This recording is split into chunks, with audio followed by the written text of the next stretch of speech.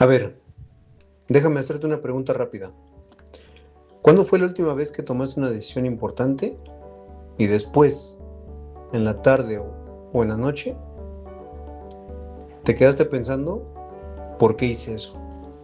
A mí me ha pasado y durante mucho tiempo pensé que era mala suerte o que simplemente así soy yo. Pero no, resulta que hay algo mucho más específico detrás de eso y casi nadie te lo explica. No es tu inteligencia, no es tu experiencia, es algo que se llama criterio. Y hoy te voy a mostrar exactamente cómo es que tomas esas decisiones para que en el futuro dejes de decidir a ciegas. Así que prepárate, porque el contenido que estás a punto de escuchar es para que lo apliques en tu vida diaria, además de lo que verás en próximos videos. Sin más, te invito a que te quedes, porque esto va a cambiar la forma en la que tomas decisiones a partir de hoy. Hola, soy Alexander. Bienvenido a Conexiones Extraordinarias, donde las relaciones saludables comienzan con una mejor comprensión de nosotros mismos. Comencemos. Vamos a empezar por algo que quiero que te quede clarísimo. El criterio no es una opinión, no es tener buen instinto ni tener suerte para decidir. Es un músculo, literal, se entrena como uno. Y aquí viene lo interesante. Cuando alguien tiene mal criterio, casi nunca es porque sea una mala persona, ni porque le falta inteligencia. Lo que le hace falta es haber aprendido a separar tres cosas que casi todos mezclamos sin darnos cuenta: el hecho que ocurrió, la emoción que ese hecho nos despierta y la historia que nos inventamos sobre ese hecho. Fíjate en esto: cuando alguien tiene mal criterio, esas tres capas se le revuelven por completo. Reacciona a la historia que se contó en su cabeza y no al hecho real. Por eso toma decisiones impulsivas y después ni él mismo se las puede explicar. En cambio, alguien con buen criterio hace algo bien simple, pero que casi nadie practica. Se detiene, aunque sea 2 o 3 segundos, entre lo que pasó y lo que va a hacer al respecto, y en ese espacio tan pequeño pasa todo. Mira el hecho sin el filtro del miedo o del orgullo.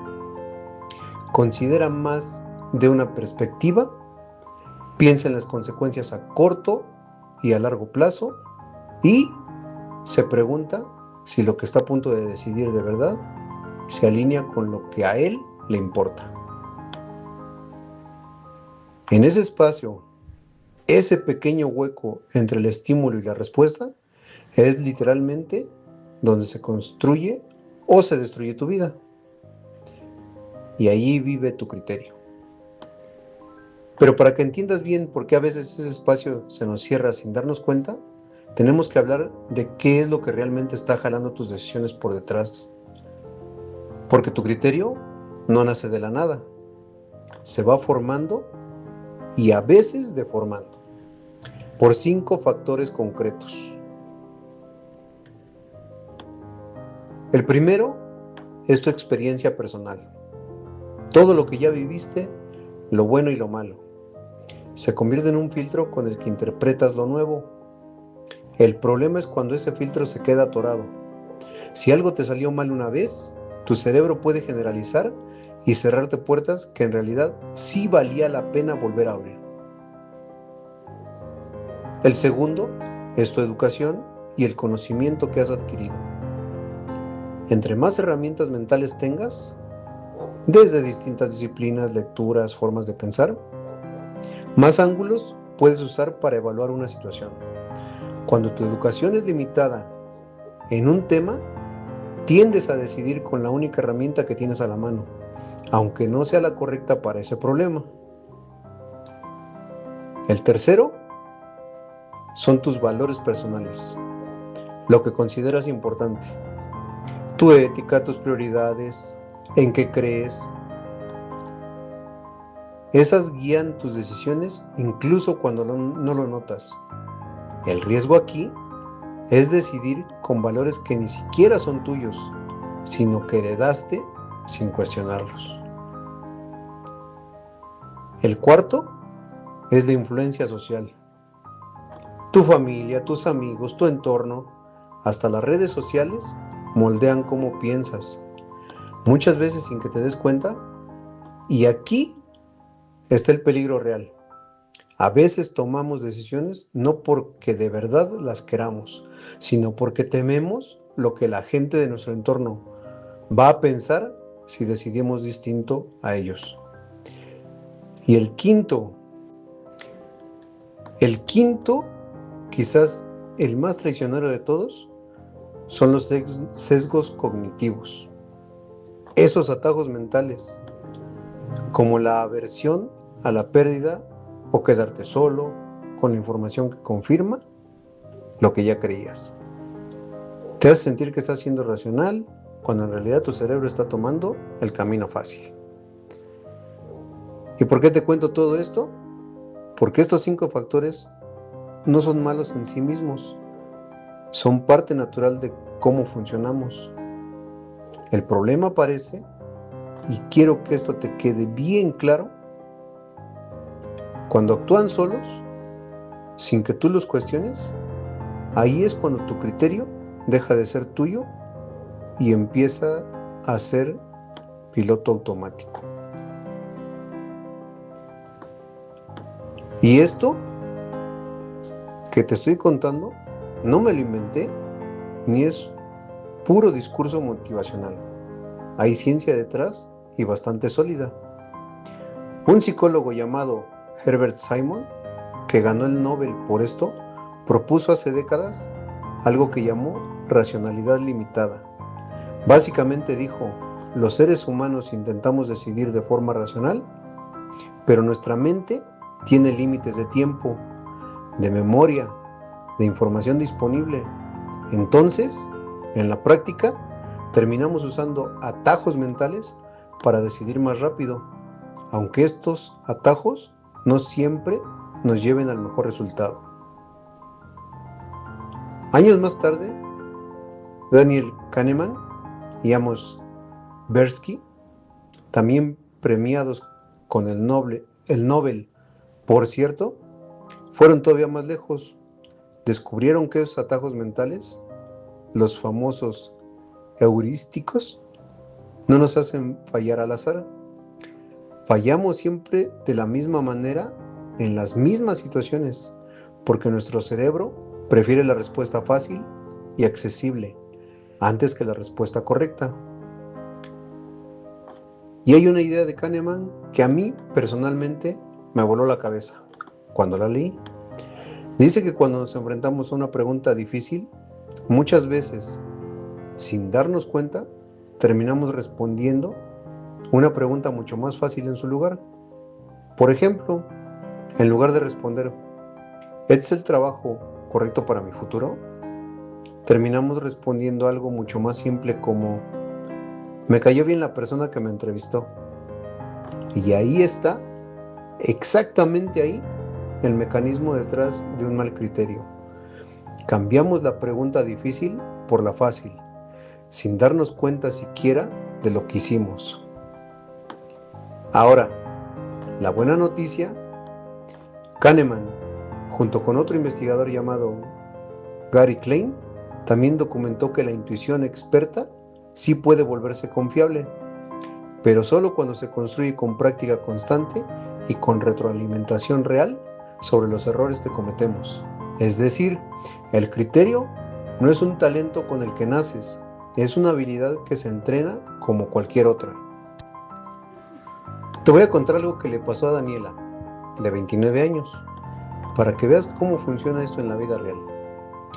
Le ofrecen un ascenso en su trabajo, más sueldo, más reconocimiento, pero también más horas, más presión y menos tiempo con su hija de 4 años. Su primera reacción, honestamente, es puro instinto. Si digo que no, van a pensar que no soy ambiciosa. Y casi acepta ahí mismo en automático, por miedo a esa historia que se armó en su cabeza sobre lo que deberían de pensar de ella. Pero se detiene, aplica esa pausa de la que te hablé hace un momento. Separa el hecho, el ascenso con más responsabilidad, de la historia que se contó. Si no acepto, fracaso como profesional. Y entonces hace exactamente lo que hace alguien con buen criterio. En vez de quedarse solo con su miedo, busca información real. Habla con alguien que ya tiene ese puesto. Le pregunta cómo es el día a día de verdad. No solo el sueldo que aparece en la oferta. Y se hace una pregunta clave. ¿Qué es lo que realmente valoro en esta etapa de mi vida? No lo que debería valorar según los demás. Al final, se acepta el ascenso, pero negocia trabajar con modalidad híbrida y pone un límite claro. Las tardes son para su hija sin excepciones. ¿Notaste la diferencia? La decisión final no fue un sí automático ni un no por miedo. Fue una decisión construida y esa justamente es la diferencia entre criterio e impulso. Y aquí quiero que hagas una pausa conmigo. En serio, piensa en la última decisión importante que tomaste. ¿La tomaste desde el hecho o desde la historia que te contaste sobre el hecho? Porque honestamente, la mayoría de nuestros arrepentimientos no vienen de decisiones mal informadas.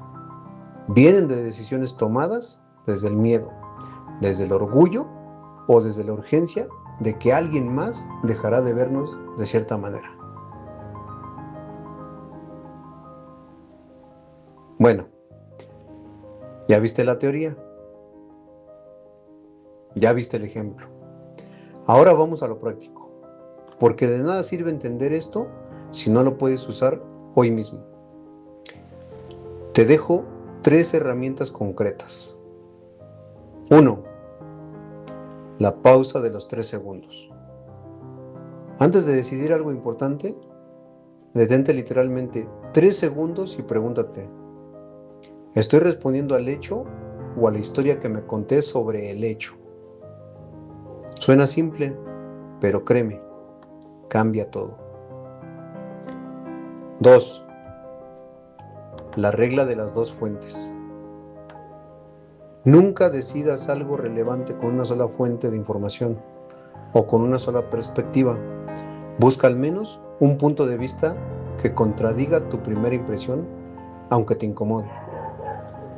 3. El filtro de los 5 años. Pregúntate esto. ¿Esta decisión me la va a agradecer la persona que voy a ser en 5 años? ¿O solo me está aliviando la ansiedad de hoy? Ninguno de estos 3 pasos te va a quitar más de 1 minuto, pero ese minuto, exactamente ese, es donde se construye el criterio. Y ya que hablamos de los 5 factores que jalan tus decisiones por detrás, te dejo algo específico para cada uno, para que no te agarren desprevenido, para que tu experiencia pasada no te cierre puertas de más. Pregúntate, ¿esto es igual a lo que viví antes o solo se parece? Casi nunca son lo mismo. Para que tu falta de conocimiento no te limite, antes de decidir algo importante en un tema que no dominas, date 10 minutos para investigar lo básico. No necesitas ser experto, solo necesitas dejar de decidir a ciegas. Para que tus valores sean realmente tuyos y no heredados sin cuestionar, de vez en cuando pregúntate, ¿esto que creo tan firmemente ¿Lo elegí yo? ¿O simplemente lo absorbí de mi familia o mi entorno sin nunca cuestionarlo? Para que tu influencia social no decida por ti antes de aceptar o rechazar algo importante, pregúntate, si nadie más se fuera a enterar de mi decisión, ¿seguiría eligiendo lo mismo? Esa pregunta sola desenmascara muchísimas decisiones tomadas por miedo al qué dirán. Y para los sesgos cognitivos, la defensa más efectiva es simple, aunque no fácil. Busca activamente algo que contradiga lo que ya piensas antes de decidir. Si solo te expones a la información que confirma lo que ya creías, no estás decidiendo, solo estás confirmando. No necesitas aplicar los 5 cada vez, pero con que identifiques cuál de estos factores está jalando más fuerte en una decisión específica, ya vas a tomar mejores decisiones que el 90% de la gente que decide en automático. Así que quédate con esto. El criterio no es un talento con el que naces. Es un músculo que se entrena con reflexión, con exponerte a distintas perspectivas y con la disposición de equivocarte y aprender de eso. No se trata de tomar decisiones perfectas, porque esas no existen. Se trata de tomar decisiones conscientes, alineadas con lo que de verdad te importa, en lugar de decisiones reaccionadas desde el miedo o desde la urgencia del momento. Y para cerrar, quiero dejarte algo para que lo pienses muy bien. El criterio al final no mide qué tan inteligente eres, mide qué tan honesto estás dispuesto a ser contigo mismo antes de decidir. Porque tu mente casi siempre te va a ofrecer la respuesta,